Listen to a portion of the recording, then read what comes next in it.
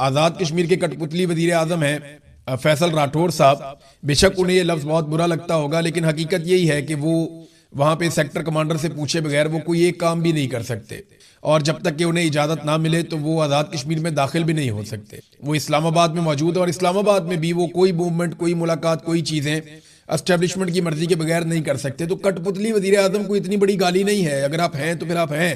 पाकिस्तान का जो वजीर आज़म है इस वक्त शहबाज शरीफ, वो भी एक कठपुतली वजीर आज़म है, वो अपनी मर्जी से कोई फैसला नहीं कर सकता।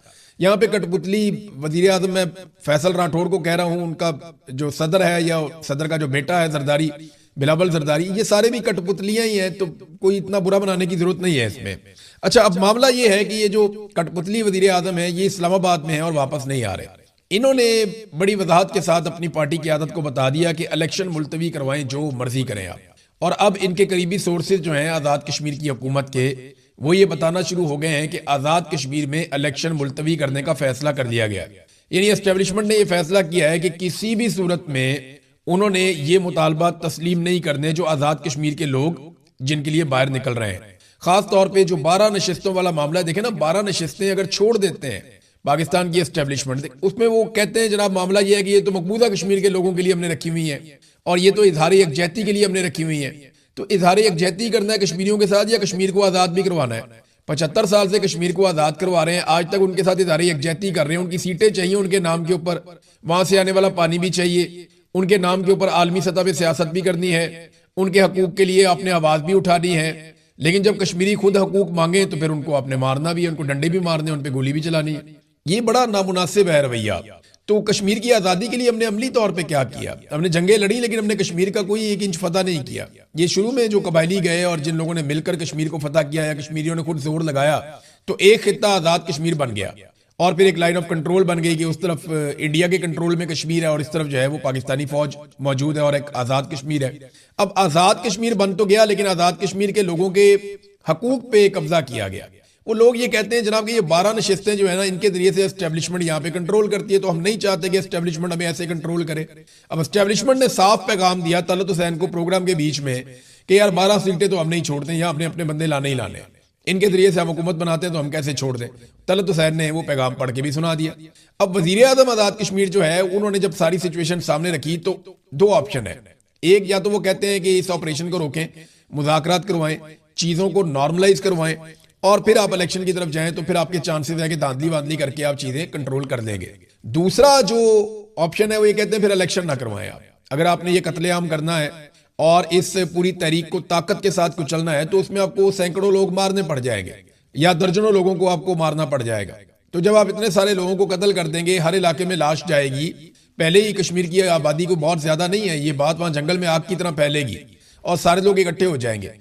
तो फिर आप इलेक्शन को खत्म कर दें, फिर आप 2 साल इलेक्शन ना करवाएं कश्मीर में, और बतौर एडमिनिस्ट्रेटर फैसल राठौर साहब की ख्वाहिश है कि उनको कंटिन्यू करने दिया जाए। ये 2 चीजें हैं। लेकिन इसके साथ साथ वो बड़ी चालाकी और होशियारी के साथ पाकिस्तान भर के मीडिया को ऑफ द रिकॉर्ड और बाद औक़ात ऑन द रिकॉर्ड अपने लोगों के जरिए से ओवरसीज पाकिस्तानियों को सबको वो ये कहते जा रहे हैं कि मैं तो मुज़ाकरात का हामी हूं, मैं तो मुज़ाकरात करना चाहता हूं, फौरी तौर पर मुज़ाकरात होने चाहिए। कहाँ है एक्शन कमेटी वाले मेरे भाई, उनको मेरे साथ बिठाएं ताकि हम उनके साथ मुज़ाकरात करें। तो दूसरी तरफ वो ये वाला प्रोपेगेंडा भी साथ साथ फैला रहे हैं। तो ये बड़ा जबरदस्त खेल है जो खेला जा रहा है। इसमें पीपल्स पार्टी, PMLN, ये सारे बराबर के शरीक हैं, ये मिलकर एस्टेब्लिशमेंट के साथ ये खेल खेल रहे हैं। लेकिन अब करना क्या है? देखिए, इस वक्त जो फार्मूला है वो ये है कि ताकत के जरिए से, भरपूर ताकत के जरिए से अवामी एहतजाज को कुचल दिया जाए, चाहे उसके अंदर कितना भी नुकसान हो। मीडिया इसको दिखाएगा नहीं और आलमी सतह पे खबरें जाने नहीं दी जाएंगी, और कश्मीरियों को जो उनकी हकूक की मूवमेंट है उसके समेत कुचल दिया जाए। और फिर पाकिस्तान पीपल्स पार्टी के लोग जो अभी वज़ीर आज़म में कठपुतली फैसल राठौर, ये लोग मैदान में आए और आकर के आए जी बैठे बात करते हैं। बीच में से बंदे चुने जाएं और बैठकर बातचीत की जाए कि नहीं जी देखें वो गलत लोग थे, हम तो आपके साथ हैं, हम तो कश्मीरी हैं, कश्मीरियों के हकूक के लिए खड़े हैं। कुछ हकूक कश्मीरियों को दे दिए जाए और कुछ चीजें जो है उनको रोक लिया जाए, जो एस्टेब्लिशमेंट की रेड लाइन है वो क्रॉस ना की जाए, तो फिर चीजें नॉर्मलाइज हो जाएंगी। और ये लोग जो इस जुल्म और बर्बरियत का हिस्सा है, ये कल को अवाम के साथ हमदर्दियां हासिल करने के लिए इकट्ठे भी हो सकते हैं। तो एक प्लान तो इनका ये भी है, लेकिन प्लान तो अल्लाह रब्बुल इज्जत बनाता है ना। असल प्लान तो होता है हमारे रब का, इंसान की प्लानिंग तो धरी की धरी रह जाती है।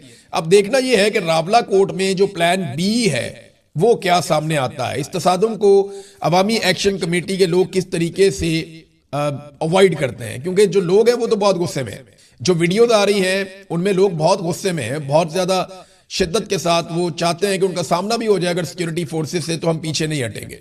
और ये एक अवामी मूवमेंट है। बाज लोग कहते हैं ये एक जत्था है या ये थोड़े से लोग हैं या ताकत के बलबूते पे एक जत्था निकले और निकल कर वो अपने फैसले मनवाए। तो देखें, मैं सादी सी बात करता हूं, जहां पे अवामी हुकूमत हो ना, अवाम के वोटों से हुकूमत बने, फिर उस हुकूमत को यह हक होता है कि वो फैसले करे, और वो हुकूमत इस बात का ख्याल भी रखती है कि फैसले अवाम के हक में करने हैं। जहां पे एस्टेब्लिशमेंट कठपुतलियां ला के बैठा देती है, वहां पे फिर अवाम को बाहर निकलना पड़ता है। फिर आप अवाम को जत्था कह के नहीं दबा सकते। जत्था असल में वो है जो एस्टेब्लिशमेंट ने लाकर बिठाया हुआ है बगैर वोटों के। जत्था असल में वो है जिसको गिलगित बल्तिस्तान पे मुसल्लत किया जा रहा है। जत्था जो करप्ट लोग हैं, बेईमान लोग हैं, चोरों और डाकुओं का एक जत्था लाके आसिम मुनीर साहब ने 2024 के इलेक्शन में पाकिस्तान के ऊपर मुसल्लत किया। जत्था वो है, जत्था वो है जो बंद कमरों के अंदर बैठ के फैसले करता है। अवाम को आप जत्था नहीं कह सकते। ये तो बड़े आराम से कहते हैं कि ये एक जत्था है, मुसल्ला जत्था है, ये आ गया। नहीं, वो जत्था नहीं है। आप आंखें खोलकर देखिए, वो आजाद कश्मीर की आवाम है। ऐसा नहीं होगा कि अगर 45 लाख लोग हैं तो सारे के सारे सड़कों पे आ जाएंगे। उनके हर घर के अंदर से एक दो लोग निकल कर आए हुए हैं। और अगर आप उनकी तादाद देखें, जो लोग एहतजाज में और मुजाहरों में शिरकत कर रहे हैं, तो उनकी तादाद लाखों में है। हजारों गाड़ियां जो हैं वो रस्ते में है। मैंने अभी आपको बताया मैप की मदद से कि कहां कहां पे लोग किस तरह पहुंचे हुए हैं। तो ये जत्था कह के इनकी तौहीन ना की जाए, ये बड़ी सख्त ज्यादती है। ये अवामी मूवमेंट है, और अगर ये लोग खड़े रहे और ताकत के साथ खड़े रहे और इन्होंने अपने मुतालबात मनवा लिए, तो ये सारे लोग जो भी नफरत फैला रहे हैं कश्मीरियों के खिलाफ, या ये कह रहे हैं जनाब के कश्मीरी जो हैं वो आटा सस्ता ले लेते हैं, या ये कह रहे हैं कि गिलगिती जो है वो आटा सस्ता ले लेते हैं, या ये कह रहे हैं कि ये जो बिजली है वो सस्ती ले लेते हैं। देखें, बिजली उन्हीं के वहां से वो सारा पानी आता है जिससे आप बिजली बनाते हैं। यानी अगर आप ये अपने डैम्स को निकाल दें और इन सारे मामलात को बाहर कर दें, तो फिर आप कहां जाएंगे। और कश्मीर के नाम के ऊपर ही आपने इतनी बड़ी फौज बनाई है, इतना बड़ा आपने दिफाई बजट रखा है इंडिया के साथ, तो आपका एक मामला ही कश्मीर का है। दूसरी लड़ाई कौन सी है आपकी उसके साथ? आपकी पूरी फौज का जो जवाब है 70 साल में, वो कश्मीर की बुनियाद के ऊपर है। कश्मीर पे आपने अपना पूरा एक आलमी मुकदमा खड़ा किया है। कश्मीर का नाम ले लेकर आपने, यानी ये आप बेवकूफ नहीं बना सकते कौम को, आप नहीं बेवकूफ बना सकते कौम को। आपको कश्मीर से क्या मिलता है ये बताए बगैर आप ये नहीं कह सकते कि आपने कश्मीरियों को क्या दिया है। रियासत ऐसे ही काम करती है, जहां पे लोग कमजोर होते हैं वहां पे ज्यादा सपोर्ट की जाती है। बहरहाल आजाद कश्मीर के लोग जो हैं वो अपने लिए आवाज उठा रहे हैं, जोर लगा रहे हैं। ये जो टाइम है ये बहुत इंपॉर्टेंट है, क्योंकि अभी जो अगले 24-48 घंटों में फैसले होंगे वो ये बताएंगे कि ये तहरीक किस तरफ जाती है। और एस्टेब्लिशमेंट का अभी तक जो मूड नजर आता है वो ताकत के अलावा कोई और जबान ना बोलना चाहते हैं ना बात करना चाहते हैं। डोनाल्ड ट्रंप उनके साथ है, उन्हें परवाही नहीं किसी बात की। वो कहते हैं जितने बंदे भी मारने पड़े, बल्कि एक बहुत बड़ा आदमी है उसके बेटे ने कहा, और पाकिस्तान से बाहर एक जगह पे उसने कहा कि अगर हमें 4-5 हजार बंदा भी मारना पड़ा तो मसला कोई नहीं है। तो दूसरे शख्स ने हैरान होकर कहा कि क्या मतलब? उसने कहा जी मतलब ये है कि ट्रंप हमारे साथ है, हम बंदे भी मार देंगे तो हमें अब कोई फर्क नहीं पड़ता, हम इधर ही रहेंगे, हम कहीं नहीं जा रहे। उसके बाद फिर हमने देखा जैसे आईनी तरामीम हुई और जैसे बाकी चीजें हुई, तो वो बात सच साबित हुई है। नाज़रीन, पाकिस्तान आर्मी का एक हेलीकॉप्टर MI-17 मुजफ्फराबाद के नजदीक गिरकर तबाह हो गया, और इसके गिरने की वजह जो है वो टेक्निकल बताई जा रही है। इसमें कौन से ऑफिसर्स थे इनके बारे में भी कोई इतला नहीं दी गई, लेकिन इब्तदाई इतला के मुताबिक 2 अलग अलग क्लेम्स आ रहे हैं। एक में कि 17 लोग थे, एक में 21 लोग थे, लेकिन ये तमाम लोग जो हेलीकॉप्टर में मौजूद थे, इस बात की कंफर्मेशन है कि वो सारे लोग शहीद हो गए हैं। ये एक अफसोसनाक वाकया है, इसकी तफसीलात मजीद आएंगी तो मैं आपके सामने रख दूंगा। अभी फिलहाल आज़ाद कश्मीर की सूरत हाल के ऊपर मैं सिर्फ वन लाइनर आपको बता दूं कि अगले 48 घंटों में जो कुछ भी ज्वाइंट अवामी एक्शन कमेटी करेगी और जो सिक्योरिटी फोर्सेस करेंगी, उस पे इन्हिसार होगा कश्मीर के मुस्तकबिल का, कि कश्मीर का मुस्तकबिल क्या होगा और कश्मीरी किस तरफ खड़े होंगे और वो क्या फैसला करेंगे। देखिए, सबसे बेहतर तो यह है कि अवामी राय का एहतराम किया जाए। बंद कमरों के अंदर चंद लोग बैठकर जो फैसला करते हैं, उन फैसलों ने पाकिस्तान को कहां से कहां पहुंचा दिया। इकोनॉमी का बेड़ा गर्क हो गया, मईशत जो है वो आपके सामने आखिरी दमों पे है। अब बजट आप नहीं बना पा रहे, बार बार बजट आपका डिले हो रहा है, आगे जा रहा है। वजह क्या है? पैसा ही नहीं है और कहीं और से पैसा आने की उम्मीद भी नहीं है। कारोबार बंद हो गया, बैरूनी सरमायाकारी खत्म हो गई, सियाहत पाकिस्तान में खत्म हो गई, दहशतगर्दी का पाकिस्तान में उरूज हो गया। ये बंद कमरों में चंद जर्नैलों के और चंद सियासतदानों के फैसले उन्होंने पाकिस्तान को यहाँ तक पहुंचा दिया। तो कश्मीर के अंदर आप ये तजर्बा ना करें, वहां की आवाम को वहां के फैसले करने दें। नादरीन, DG ISPR ने चंद सालों के बाद अपने एक्स अकाउंट का, ये जो ट्विटर का अकाउंट होता है एक्स का, इसका उन्होंने कमेंट वाला एरिया खोल दिया कि आप उसमें कमेंट कर सकते हैं। उन्होंने उसको पहले बंद किया हुआ था। फिर लोगों ने जो कमेंट्स किए हैं, लोगों ने बेशुमार कमेंट्स किए हैं, सैकड़ों कमेंट्स जो हैं वो आए फौरी तौर पे, और फिर दोबारा से जो कमेंट वाला सेक्शन है उसको बंद कर दिया गया। यानी अवामी राय इतनी सख्त खिलाफ है इस वक्त मिलिट्री एस्टेब्लिशमेंट के, और वो ऐसे रद्द अमल देते हैं मिनटों के अंदर कि वो जो कमेंट्स वाला सेक्शन है उसको चेक करने के लिए खोला गया था कि ज़रा देखते हैं कि अवामी राय बदली है या नहीं बदली, क्योंकि बेशुमार लोग भर्ती भी किए गए हैं। लेकिन जो अमूमी तौर पे अवाम की राय है वो बड़ी सख्त है मिलिट्री एस्टेब्लिशमेंट के बारे में, क्योंकि फौज ने एक इलेक्शन चोरी करवाया पूरा, और आसिम मुनीर साहब इसका मेन किरदार है। और इलेक्शन चोरी करके उन्होंने उन लोगों को लाकर बैठा दिया जिन्हें अवाम नापसंद करते हैं। अब जब तक अगला इलेक्शन नहीं होगा ना, तब तक ये मामला ऐसे ही चलेगा। रिजीम चेंज ऑपरेशन के बाद से लेकर अब तक मिलिट्री एस्टेब्लिशमेंट बयानिए के मैदान में एक लम्हे के लिए भी संभल नहीं पाई, सवाए इसके कि पाकिस्तान के अवाम ने उनका साथ दिया था उस वक्त जब इंडिया के साथ पाकिस्तान एक लड़ाई में चला गया था। लेकिन अब हर वक्त तो लड़ाई नहीं लगी रह सकती, और ना पाकिस्तान हर वक्त लड़ाई अफोर्ड कर सकता है, वैसे इंडिया भी नहीं कर सकता। नाज़रीन, सुहेल अफरीदी साहब की मुश्किलात में इजाफा होता जा रहा है, एक एक करके जो नाराज अरकान है वो सामने आ रहे हैं, और इमरान खान साहब की रिहाई के लिए जो कोशिशें दावा किया गया था सुहेल अफरीदी की जानिब से, वो सारी जामिद होती जा रही है। सुहेल अफरीदी की इमरान खान से मुलाकातें तो नहीं हो पा रही, लेकिन वो शहबाज शरीफ और मोहसिन नकवी से मुलाकातें कर रहे हैं, और वो उसी रास्ते पे हैं जिस रास्ते पे गंडापुर साहब चले थे। गंडापुर अच्छा बच्चा था, सुहेल अफरीदी भी अब तकरीबन अच्छा बच्चा है, और चीज़ें काफ़ी बेहतर होती चली जा रही हैं सुहेल अफरीदी के लिए, और वो अपनी हुकूमत नहीं गंवाना चाहते मेरे ख्याल में। और बजट में भी उन्होंने वफाक की बातें मानी हैं, यानी वफाक के कहने के ऊपर तरक्याती बजट कम हो रहे हैं, वफाक के कहने के ऊपर सरप्लस वाले मामलात हो रहे हैं, वफाक के कहने के ऊपर अरबों रुपए कुर्बान हो रहे हैं खैबर पख्तूनख्वा के अवाम के। तो सुहेल अफरीदी जो है वो अच्छे बच्चे की तरह मामलात कर रहे हैं। अब इमरान खान को बाहर निकालने के लिए कोई तहरीक का रास्ता तो सुहेल अफरीदी ने फिलहाल अपनाया नहीं, और अगर वो नहीं अपनाते तो फिर एक ही रास्ता है कि इमरान खान साहब डील करके बाहर आए। तो डील के बगैर तो इमरान खान साहब के बाहर आने के इम्कान तकरीबन अब खत्म होते जा रहे हैं, क्योंकि तहरीक खड़ी नहीं हो रही। जब तक कि अवामी दबाव नहीं होगा, बड़ी तहरीक खड़ी नहीं होगी, तब तक मिलिट्री एस्टेब्लिशमेंट, खास तौर पे आसिम मुनीर साहब इमरान खान साहब को नहीं छोड़ेंगे। देखें ना, मईशत का इन्होंने बेड़ा गर्क कर दिया, पाकिस्तान हर शोबे के अंदर नीचे गया। यहाँ पे बजाय इसके कि ये एक अवामी दबाव पैदा करते इमरान खान जैसे लीडर को बाहर लाने के लिए ताकि पाकिस्तान में इस्तेहकाम आता, ये उल्टा एस्टेब्लिशमेंट के फैसलों के पीछे पीछे चलना शुरू हो गए। और अब तनकीद भी बहुत हो रही है, और तनकीद होनी भी चाहिए। सुहेल अफरीदी को गिरा दिया जाएगा। जो पार्टी के अंदर समझदार लोग हैं पाकिस्तान तहरीक इंसाफ में, वो इसके खिलाफ है। वो ये कहते हैं इमरान खान की चॉइस है, फिलहाल इसको चलने दो। लेकिन सुहेल अफरीदी साहब जो कर रहे हैं उसके खिलाफ शदीद रद्द अमल पाकिस्तान तहरीक इंसाफ के अंदर आ रहा है। और सुहेल अफरीदी कोई ऐसा नहीं लगता कोई तहरीक बनाते हुए दिखाई दे रहे हो, या कोई तहरीक बना रहे हो, या कोई कारकुनों को इकट्ठा कर रहे हो, या नौजवानों की कोई तंजीम खड़ी कर रहे हो, या नौजवानों को इकट्ठा कर रहे हो। अब ऐसा दिखाई नहीं देता, और उसका रीज़न ये है कि ये तवक्को की जा रही थी एस्टेब्लिशमेंट की जानिब से कि अवाम नहीं निकलेंगे। जो कुछ रावलाकोट में किया गया उसके बाद शायद लोग ना निकलें, लोग डर जाएं, लेकिन कश्मीर के लोग ज़रा मुख्तलिफ हैं। वो अपनी सोच में, अपने इत्तेहाद में, अपने मुतालबात को मनवाने में वो थोड़े मुख्तलिफ हैं। पाकिस्तान के अलग अलग इलाकों के लोगों का अलग अलग मिजाज है ना। बलूचिस्तान किसी और तरह है, खैबर पख्तूनख्वा किसी और तरह है, तो आज़ाद कश्मीर के लोग डिफरेंट हैं। मकबूजा कश्मीर से हमें सीखना चाहिए था कि वो 70 साल से ज़्यादा हो गया है, इतनी बड़ी फौज वहाँ पे भारत ने दाखिल की हुई है, 10 लाख के करीब फौजी वहाँ पे रखे हुए हैं, फिर भी वो लोग मानते नहीं हैं, और वो कहीं ना कहीं अपनी जद्दोजहद करते रहते हैं। अक्सर वो एहतजाज करते हैं, आवाज़ उठाते हैं। उनके जो हुर्रियत रहनुमा हैं वो सारे आवाज़ उठाते रहते हैं। बल्कि वहाँ से भी अब पाकिस्तान में जो कुछ हुआ उसके ऊपर कंसर्न शो किया जा रहा है। मीरवाइज उमर फारूक का एक स्टेटमेंट मेरी नज़र से गुजरा, और उससे बहुत सारे लोगों ने रीट्वीट भी किया। अब मैं इनके अकाउंट के बारे में ज़्यादा जानता नहीं हूँ, इससे पहले मैंने कभी मीरवाइज उमर फारूक का अकाउंट स्टडी भी नहीं किया, लेकिन यहाँ पे एक ट्वीट है जिसमें वो कंसर्न शो कर रहे हैं कि जो कुछ भी पाकिस्तान में हुआ, 2014 में ये अकाउंट बना था, 2,32,000 से ज़्यादा इसके फॉलोअर्स हैं। अब मैं, क्योंकि बहुत सारे अहम लोग इसको रीट्वीट कर रहे हैं और वो इसके बारे में कह रहे हैं कि ये उन्हीं का स्टेटमेंट है। बहरहाल वहाँ पे भी सिंपल ये है कि कंसर्न शो किया गया जो कुछ पाकिस्तान में हो रहा है, और अमन व अमान से सूरत हाल को कंट्रोल करने पे जोर दिया गया।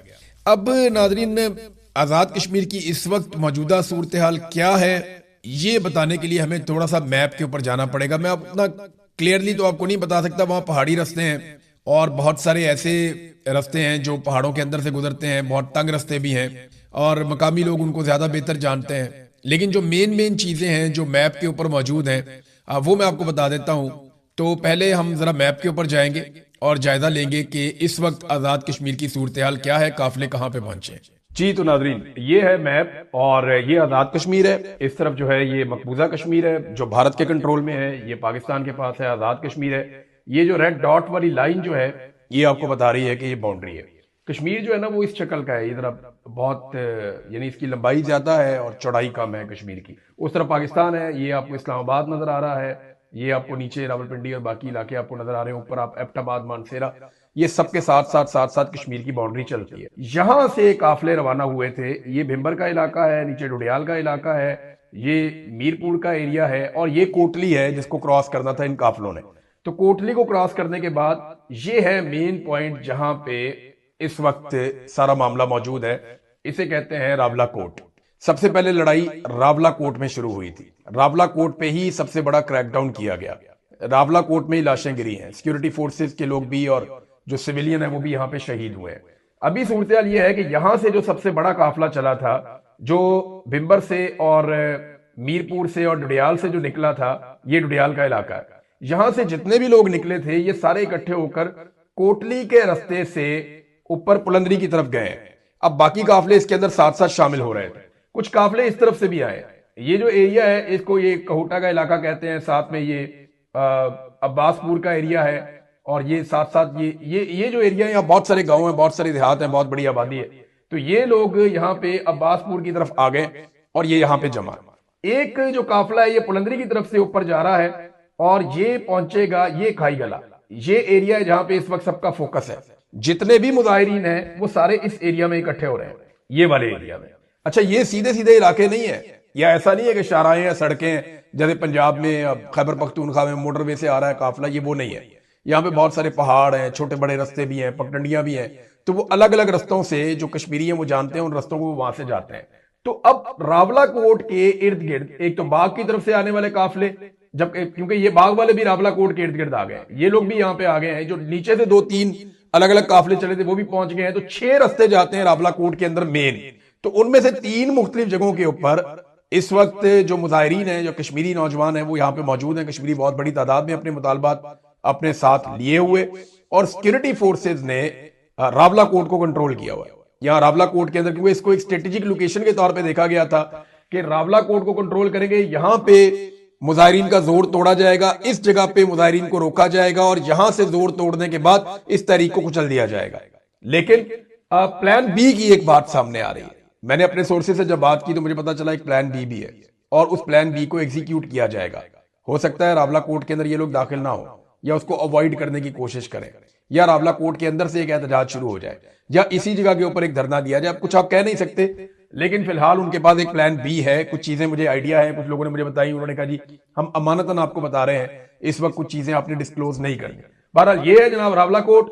नीचे से लोग जा रहे हैं हजीरा के रास्ते से और खाई गला की तरफ जा रहे हैं, जबकि जो मंग की तरफ से रास्ता जा रहा है वहां से भी लोग आगे बढ़ रहे हैं। तो पुलंदरी वाला काफिला या नीचे से जो काफिले निकले थे वो सारे काफिले इकट्ठे होकर रावला कोट के दरवाजे पे पहुंच गए। सबकी नजरें रावला कोट के ऊपर थी और अभी तक हैं, और लोग आहिस्ता आहिस्ता आगे बढ़ रहे हैं, रावला कोट की बाउंड्री के अंदर दाखिल हो रहे हैं, लेकिन अभी उन्हें आगे बढ़ने से रोका गया। ये है जनाब मुजफ्फराबाद जो सबकी मंजिल है, यहां पे सारे फाइनली आना चाहते हैं। कश्मीर का एक बहुत बड़ा हिस्सा जो है आजाद कश्मीर का, ये मुजफ्फराबाद से ऊपर है, इसको हम नीलम वैली कहते हैं। तो नीलम वैली से भी काफिले नीचे की तरफ आएंगे तो वहां पे भी रास्ते रोके जा रहे हैं, और यहां पे इस वक्त रावला कोट मेन एरिया बना हुआ है। रावला कोट से ऊपर बाग है और फिर रास्ता नहीं रोका जा सकता। उसकी वजह यह है कि आगे रास्ते इस तरह के हैं, पहाड़ इस तरह के हैं और मल्टीपल रूट्स हैं, कश्मीरियों का बड़ा कंट्रोल है, तो फिर आगे रास्ता आप नहीं रोक सकते। तो इस पॉइंट के ऊपर इस वक्त सबका फोकस है। नाज़रीन, आपने देखा मैप पे मैंने आपको जितना मैं समझा पाया, क्योंकि मैंने वहां पे कुछ सहाफियों से बातचीत की, मकामी लोगों से बातचीत की, मैंने वहां पे ट्रैवल तो किया है, लेकिन कभी इस अंदाज में मैंने चीज़ों को नहीं देखा।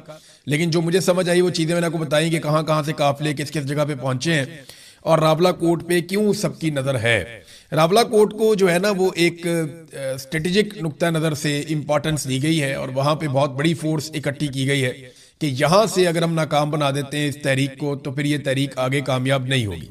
एस्टेब्लिशमेंट के दिमाग में ये चल रहा है। लेकिन अगर ये लोग यहाँ से आगे बढ़ जाते हैं और कामयाब हो जाते हैं इस तसादुम को अवॉइड करने में, जिससे पूरे पाकिस्तान का भला इसी में है कि तसादुम को अवॉइड किया जाए, तो फिर तो सूरत बदल जाएगी, अपने मुतालबात भी मनवा लेंगे। मैं चंद दिनों से एक बात कर रहा हूं और मैं इस बात पे कायम हूं, क्योंकि मेरे पास फर्स्ट हैंड इंफॉर्मेशन है। एक तो मैं आपको बता देता हूं, जो आज़ाद कश्मीर के कठपुतली वजीर आजम हैं फैसल राठौर साहब, बेशक उन्हें ये लफ्ज़ बहुत बुरा लगता होगा, लेकिन हकीकत यही है कि वो